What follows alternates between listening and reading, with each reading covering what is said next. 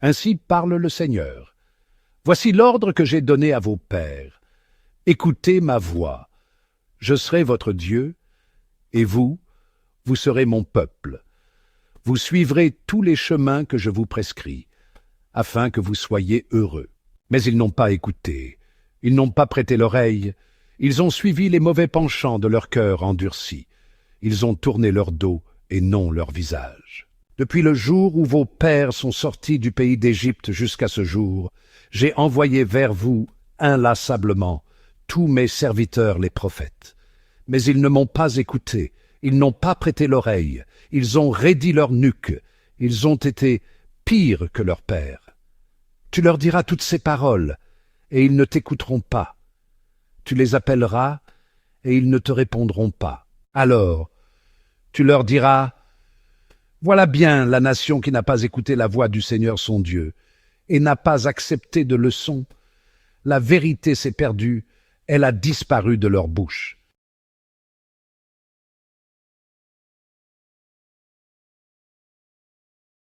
En ce temps-là, Jésus expulsait un démon qui rendait un homme muet. Lorsque le démon fut sorti, le muet se mit à parler, et les foules furent dans l'admiration. Mais certains d'entre eux dirent, « C'est par Béelzéboul, le chef des démons, qu'il expulse les démons. » D'autres, pour le mettre à l'épreuve, cherchaient à obtenir de lui un signe venant du ciel. En revanche, si c'est par le doigt de Dieu que j'expulse les démons, c'est donc que le règne de Dieu est venu jusqu'à vous. Quand l'homme fort et bien armé garde son palais, tout ce qui lui appartient est en sécurité. Mais si un plus fort survient et triomphe de lui, il lui enlève son armement auquel il se fiait et il distribue tout ce dont il l'a dépouillé. Celui qui n'est pas avec moi est contre moi. Celui qui ne rassemble pas avec moi disperse.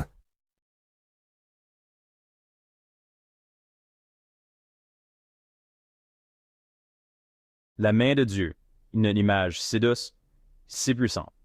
Elle évoque la protection, la création et surtout l'amour infini du Père. Dans le mystère de l'incarnation, cette main prend un visage, celui de Jésus, le Fils bien-aimé. Jésus, notre Sauveur, est la main tendue de Dieu vers l'humanité souffrante. Il est la manifestation tangible de l'amour divin, venu nous relever de nos chutes et panser nos blessures. Par lui, Dieu se fait proche, accessible, compréhensible. Jésus, la main de Dieu, nous attire à lui avec une tendresse infinie. Il nous appelle à déposer nos fardeaux à ses pieds et à nous laisser envelopper par sa miséricorde. En lui, nous trouvons refuge et guérison. Le Verbe éternel, par un acte d'amour inouï, se fait chair. Dieu prend notre humanité sans la diminuer. Jésus, la main de Dieu, naît dans la fragilité d'un enfant sans jamais cesser d'être Dieu. Il porte en lui nos souffrances, nos maladies, nos angoisses. Il connaît la faim, la soif, la fatigue. Il expérimente la tristesse, la solitude, la trahison. Et pourtant, il demeure parfaitement saint, parfaitement Dieu. En prenant notre chair, Jésus, la main de Dieu, nous rejoint dans notre humanité blessée. Il s'offre lui-même en sacrifice pour nous libérer du péché et de la mort. Par ses blessures, nous sommes guéris. La main de Dieu agissant en Jésus accomplit des miracles extraordinaires. Elle rend la vue aux aveugles, la parole aux muets, la santé aux malades. Elle apaise les tempêtes, multiplie les pains, ressuscite les morts. Chaque miracle est un signe de l'amour infini de Dieu.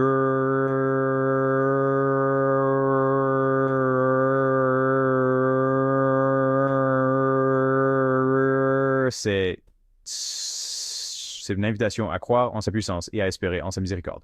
Par ses actes prodigieux, Jésus révèle sa divinité et annonce la venue du royaume. Mais la main de Dieu ne se contente pas de guérir les corps.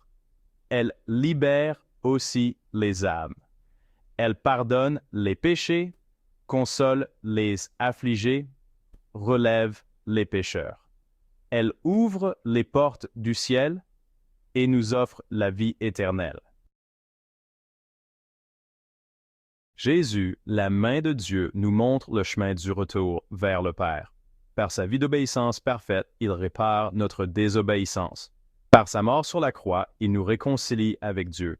Il nous invite à le suivre sur le chemin de l'humilité, de la charité et du prao à doer astral where I did that sur il demande de porter notre croix avec courage et de nous aimer les uns les autres comme il nous a aimés. La main de Dieu nous guide et nous soutient sur ce chemin exigeant. Elle nous relève quand nous tombons, nous pardonne quand nous nous repentons et nous fortifie pour continuer notre route vers la sainteté.